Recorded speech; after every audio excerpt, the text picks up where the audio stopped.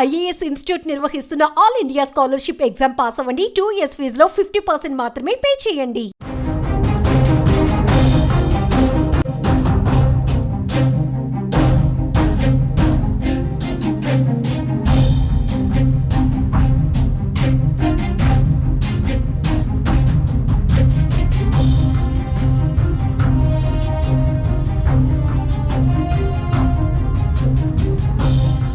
అల్లాహు అక్బర్ అల్లాహు అక్బర్ అల్లాహు అక్బర్ అల్లాహు అక్బర్ అల్లాహు అక్బర్ అల్లాహు అక్బర్. తెరపైన కనిపిస్తున్న వీడియోలో ఒక శబ్దం చాలా స్పష్టంగా వినిపిస్తుంది. అదే అల్లాహు అక్బర్. ఆ మాటతో పాటు ఒక తూటా శబ్దం కూడా వినిపిస్తుంది.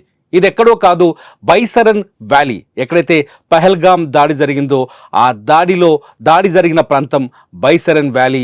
ఆ బైసరన్ వ్యాలీలో ఉన్న జిప్లైన్ దగ్గర రిషి భట్ అనే ఒక పర్యాటకుడు జిప్లైన్ ఎక్కాడు.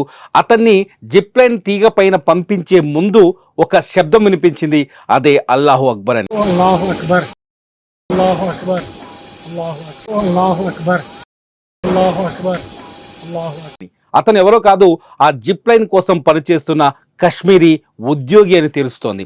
అతను కొన్ని రోజులుగా అక్కడే జిప్ లైన్లో పనిచేస్తూ ఉన్నాడు. అయితే అదే సమయంలో రిషి భట్ని జిప్ లైన్ పైన వదిలేస్తున్న సమయంలో మనం వీడియోలో చూడొచ్చు, రిషి భట్ కింద జరుగుతున్న విషయం ఏంటో తెలియదు.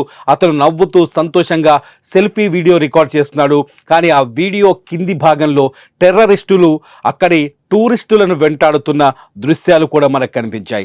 టెర్రరిస్టులు ఎంత పాశవికంగా ప్రవర్తించారు, టెర్రరిస్టులు ఎంత దారుణంగా టూరిస్టులు చంపేశారనే విజువల్స్కి ఈ వీడియో ఒక సాక్ష్యంగా కనిపిస్తోంది. ఇప్పటికే ఎన్ఐఏ అక్కడ విచారణ చేపట్టింది. ఈ అల్లాహు అక్బర్ అన్న జిప్ లైన్ ఉద్యోగిని కూడా అదుపులోకి తీసుకొని విచారణ చేపట్టింది. అసలు అక్కడ పహల్గామ్లో దాడి ఎలా జరిగిందనే దానిపై ఎన్ఐఏ ఒక క్లారిటీకి వచ్చింది. ఇప్పటికే మొట్టమొదట టూరిస్టులు అక్కడ బైసరన్ వ్యాలీ ఏదైతే ఉందో వాళ్ళు అడవుల్లోకి గుర్రాలపై వెళ్ళి తిరిగి వచ్చిన తర్వాత బైసరన్ వ్యాలీలో ఒక టీ స్టాల్ ఉంది, అట్లాగే ఒక బేల్పూరి స్టాల్ ఉంది. ఈ రెండు చోట్ల జనాలు ఎక్కువగా గుమ్ముగిడి ఉన్నారు. బైసరన్ వ్యాలీకి ఒక ఎంట్రీ ఎగ్జిట్ గేట్ కూడా ఉంది. ఎంట్రీ గేట్ దగ్గర ఒక ఉగ్రవాది, ఎగ్జిట్ గేట్ దగ్గర 2 ఉగ్రవాదులు తుపాకులై సాయుధులై నిల్చున్నారు. మొదట ఎంట్రీ గేట్ దగ్గర ఉన్న ఒక ఉగ్రవాది తుపాకీతో గాలిలోకి కాల్పులు జరిపారు. ఎప్పుడైతే కాల్పులు జరిపారో అక్కడి నుంచి టూరిస్టులంతా భయంతో టీ స్టాల్ దగ్గర ఉన్న వాళ్ళు కావచ్చు, లేకపోతే బేల్పూరి షాప్ దగ్గర ఉన్న వాళ్ళు కావచ్చు, పరిగెత్తుకుంటూ ఎగ్జిట్ గేట్ దగ్గర బైసరన్ వ్యాలీ ఎగ్జిట్ గేట్ దగ్గరికి పరిగెత్తడంతో అక్కడున్న 2 ఉగ్రవాదులు అక్కడికి పరిగెత్తుకుంటూ వచ్చిన టూరిస్టులని ఒక్క దగ్గరకు చేర్చారు. అక్కడ ఒక చోట నిల్చోబెట్టి టూరిస్టులతో మాట్లాడడం ప్రారంభించారు. ముందుగా మగవాళ్ళని మహిళల్ని వేరు గ్రూపులుగా నిల్చోవాలని చెప్పారు, బెదిరించారు. అక్కడ మహిళలు మగవారు వేరు గ్రూపులు అయిన తర్వాత ముందు వేరుగా ఉండటానికి టూరిస్టులు వ్యతిరేకించారు. వాళ్ళ మాటలు వినలేదు. దీంతో మళ్ళీ తుపాకీతో వాళ్ళని బెదిరించారు. ఈ బెదిరింపులతో పురుషులు మహిళలు వేరుగా నిలబడ్డ తర్వాత ఒక్కొక్క పురుషుడిని పిలిచి ఖురాన్లోని కల్మా చదవమంటూ ఒత్తిడి చేశారు. కల్మా చదవకపోతే కాల్ చేస్తామని బెదిరించారు. కొందరు చదవడానికి ప్రయత్నించారు, కొందరు తడబడ్డారు. దీంతో మీరు ముస్లింలు కాదు హిందువులు, మిమ్మల్ని చంపితే ఎవడడ్డొస్తాడు, మోదీకి వెళ్ళి చెప్పుకోండి అంటూ బెదిరిస్తూ ఒక్కొక్క పురుషుణ్ణి కాల్చడం ప్రారంభించారు.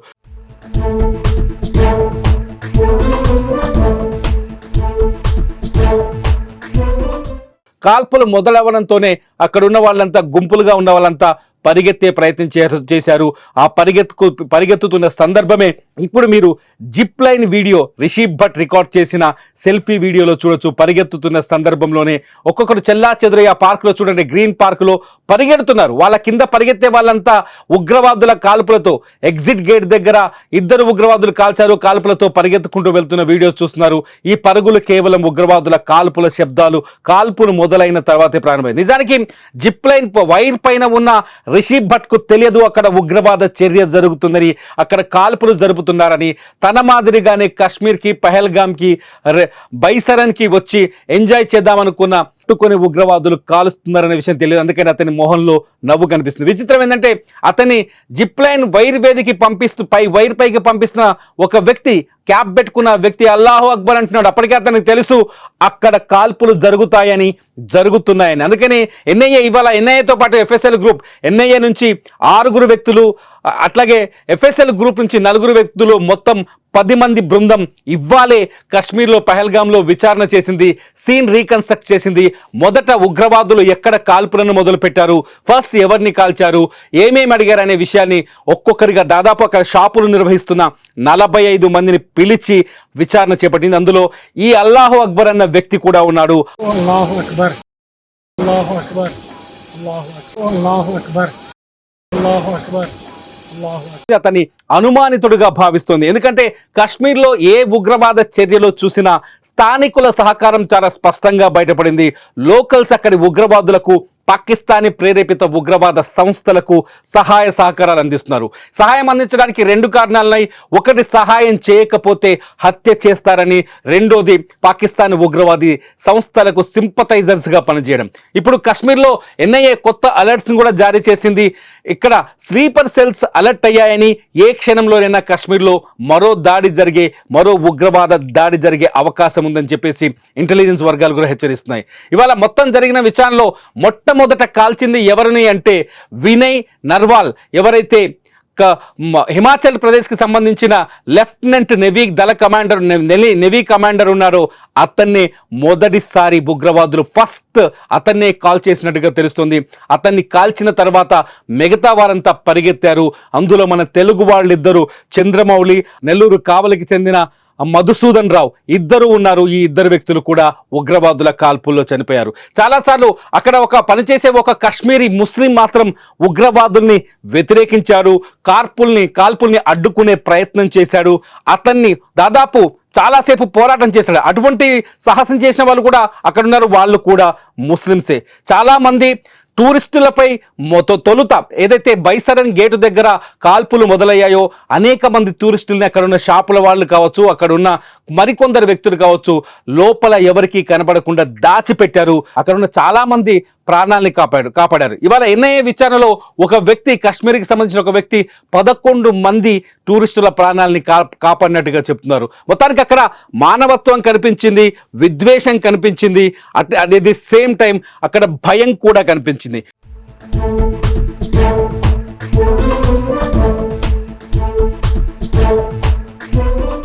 మానవత్వం ఏమో టూరిస్టుల్ని కాపాడిన కశ్మీరీల రూపంలో కనిపించింది.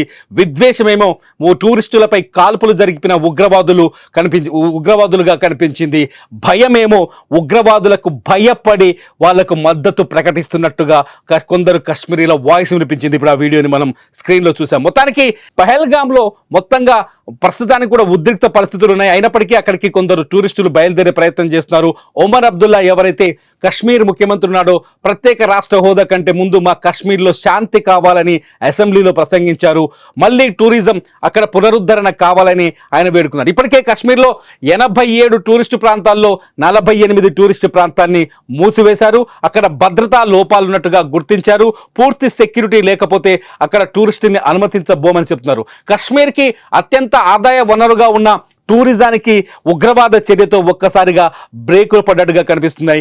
పహల్గామ్లో ఇంకా ఉద్రిక్త పరిస్థితులు, భయానక పరిస్థితులు కనిపిస్తున్నాయి. పహల్గామ్ని మినీ స్విట్జర్లాండ్ అంటారు. స్విట్జర్లాండ్లో ఉన్న ఎటువంటి వాతావరణ పరిస్థితులు ఉంటాయో ఎండాకాలంలో కూడా పహల్గామ్లో అటువంటి వాతావరణ పరిస్థితులు ఉంటాయి. తెలుగు రాష్ట్రాల నుంచి అనేక మంది ఈ పహల్గామ్ టూరిజానికి వెళ్ళొస్తారు.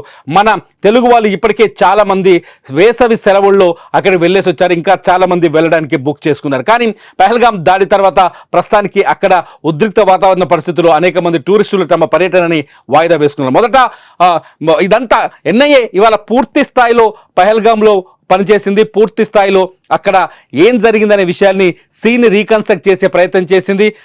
అక్కడ టూరిజం సమయంలో ఇక్కడ ఎన్ఐఏకి అత్యంత పనికొచ్చిన విషయం ఏంటంటే, ఉపయోగపడిన విషయం ఏంటంటే, ఎవరైతే టూరిజం ప్లేస్లో ఉంటారో అక్కడ చాలామంది ఫోటోలు, వీడియోలు మొబైల్ ఫోన్తో రికార్డ్ చేస్తుంటారు.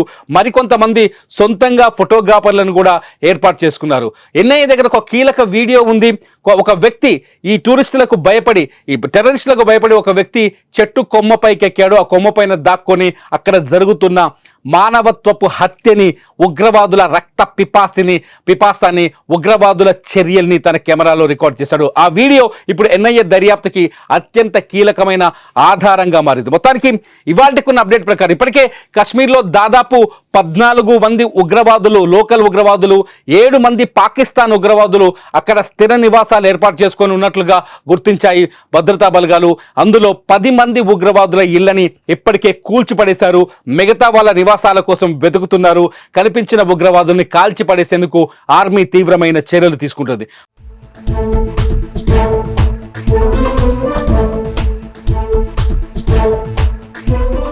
ప్రస్తుతానికైతే కాశ్మీర్లో ఇంకా భరిత వాతావరణం ఉందని తెలుస్తుంది. కాశ్మీర్లో టూరిజాన్ని పూర్తి స్థాయిలో అమలు చేయలేని పరిస్థితి ఏర్పడుతుంది. ఆఖరికి కాశ్మీరీ ముస్లిమ్స్ కూడా చాలా బాధాతప్త హృదయంతో మాట్లాడుతున్నారు. మానవత్వపు హత్యని ప్రపంచ దేశాలన్నీ ఖండించాలని కోరుతున్నారు. అయితే ఈ ఉగ్రవాద చర్య లష్కరే తోయిబాకి సంబంధించిన ది రెసిస్టెంట్ ఫ్రంటే చేసిందని ఎన్ఐఏ ఒక నిర్ధారణకు వచ్చింది. లష్కరే తోయిబాలో టాలెంటెడ్ ఉగ్రవాదుల్ని ఈ ఫ్రంట్లో చేర్పించి ఈ కాల్పులకు ప్లాన్ చేశారని తెలుస్తుంది. At the same time Hamas ఏదైతే ఇజ్రాయిల్లో విధ్వంసానికి, రక్తపాతానికి కారణమవుతుందో ఉగ్ర సంస్థ, హమాస్తో లష్కరే తోయిబా చేతులు కలిపింది. హమాస్ కొద్ది రోజుల క్రితమే పాక్ ఆక్రమిత కాశ్మీర్ పీఓకేలో ఈ లష్కరే తోయిబా అధినాయకుడు హఫీజ్ సయీద్తో సహా అక్కడ సమావేశం జరిగింది. ఆ సమావేశానికి భారీగా ఆహ్వానం పలికారు, ర్యాలీలు కూడా తీశారు. ఆ సమావేశంలో హమాస్ గతంలో ఇజ్రాయిల్లో ఎటువంటి దాడులకు పాల్పడిందో ఆ దాడుల వివరాల్ని లష్కరే తోయిబాకి అందించింది. ఆ దాడుల్లో వాడిన విధానాల్ని, ఆ దాడుల్లో వాడిన టెక్నాలజీని లష్కరే తోయిబాతో షేర్ చేసుకుంది. సరిగ్గా అదే తరహాలో ఆర్టికల్ 370 రద్దు తర్వాత కాశ్మీర్లో వరుసగా ది రెసిస్టెంట్ ఫ్రంట్ కాల్పులకు పాల్పడుతుంది. అమాయకులని టార్గెట్ చేసుకొని కాలుస్తూ ఉంది. గతంలో హమాస్ చేసినట్టుగానే ఒక చోట ఇజ్రాయెల్లో 1200 మందిని సెలబ్రేషన్స్లో ఉన్నప్పుడు కాల్చి చంపేసింది. 250 మందిని బందీలుగా పట్టుకుంది. సేమ్ ఇక్కడ పహల్గామ్లో కూడా అదే థియరీని ఇంప్లిమెంట్ చేసింది ది రెసిస్టెంట్ ఫ్రంట్ ఉగ్రవాద సంస్థ. ఇక్కడ పర్యాటకులు సంతోషంగా స్వేచ్ఛగా తమ కుటుంబాలతో గడుపుతున్న సమయంలో అటకాయించి వాళ్ళని రౌండప్ చేసి కాల్చింది. అట్ ది సేమ్ టైం మతం పేరు అడిగింది, మనుషుల పేర్లు అడిగింది, అట్లాగే ప్రధాని మోదీకి చెప్పుకోండి అంటూ మహిళల్ని బెదిరించింది. కేవలం పురుషుల్ని మాత్రమే టార్గెట్ చేసుకొని కాల్పులు జరిపింది. ఇదంతా చూస్తుంటే హమాస్, లష్కరే తోయిబా, పాకిస్తాన్ ప్రపంచానికి ఉగ్రవాదాన్ని ఎగుమతి చేస్తున్న దేశంగా స్పష్టంగా అర్థమవుతోంది. భారత్ తీసుకున్న కఠిన చర్యలతో ప్రపంచం ముందు ఇప్పుడు పాకిస్తాన్ ఒక దోషిగా నిలబడింది. దీంతో పాకిస్తాన్ చేసిన దుర్మార్గం మరోసారి బట్టబయలినట్టుగా అర్థమవుతుంది. ఎన్ఐఏ విచారణతో పూర్తి స్థాయిలో పాకిస్తాన్ కుట్ర పూర్తిగా వెలుగులోకి వచ్చే అవకాశం కనిపిస్తుంది. ప్రపంచ దేశాల ముందుకు వచ్చే అవకాశం కనిపిస్తుంది. పాకిస్తాన్ ఈ ఉగ్రవాద చర్య మాది కాదు అని ఇప్పుడు తప్పుడు కూతలు కూస్తుంది. మరి మీరేమనుకుంటున్నారు? ఈ దుశ్చర్య వెనుక పాకిస్తాన్ హస్తం ఉందా లేదా? మీరు చూసిన వీడియోలో పాకిస్తాన్ ఉగ్రవాదులు చేస్తున్న రక్తపాతాన్ని చూసి మీకేమనిపిస్తుంది? ఈ దుశ్చర్యలో పాకిస్తాన్ని దోషిగా నిలబెట్టాలా వద్దా? చైనా, టర్కీ లాంటి దేశాలు మద్దతు ఇస్తున్న పాకిస్తాన్ని ఏం చేయాలి? ఈ వీడియో కింద మీరు కామెంట్ చేయండి. మీ కామెంట్స్ పైన నేను మరో వీడియో చేస్తా. చూస్తూనే ఉండండి సుమన్ టీవీ. అల్లాహు అక్బర్, అల్లాహు అక్బర్, అల్లాహు అక్బర్, అల్లాహు అక్బర్, అల్లాహు అక్బర్, అల్లాహు అక్బర్.